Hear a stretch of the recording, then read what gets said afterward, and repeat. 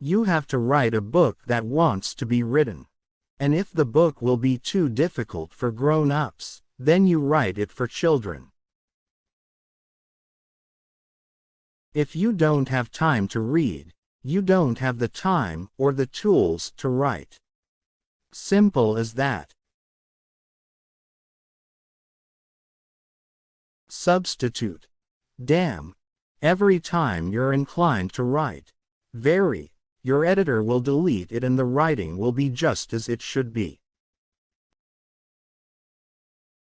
If there's a book that you want to read, but it hasn't been written yet, then you must write it.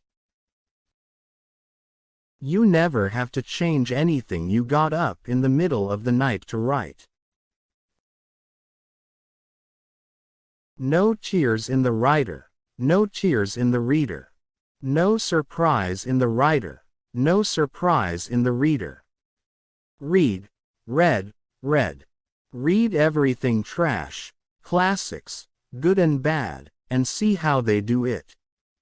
Just like a carpenter who works as an apprentice and studies the master. Read. You'll absorb it. Then write. If it's good, you'll find out. If it's not, throw it out of the window.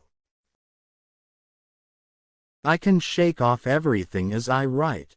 My sorrows disappear. My courage is reborn. Here is a lesson in creative writing. First rule. Do not use semicolons. They are transvestite hermaphrodites representing absolutely nothing. All they do is show you've been to college. Don't bend.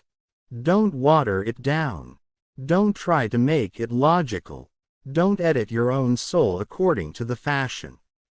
Rather, follow your most intense obsessions mercilessly.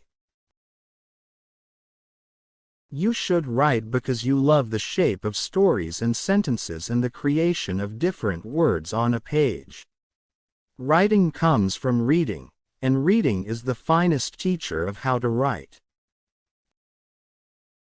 Writing is like sex. First you do it for love, then you do it for your friends, and then you do it for money. If my doctor told me I had only 6 minutes to live, I wouldn't brood. I'd type a little faster. Words do not express thoughts very well.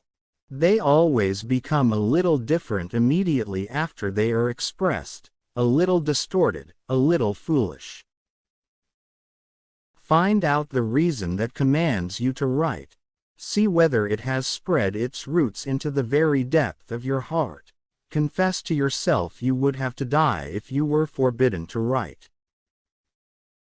If it sounds like writing, I rewrite it.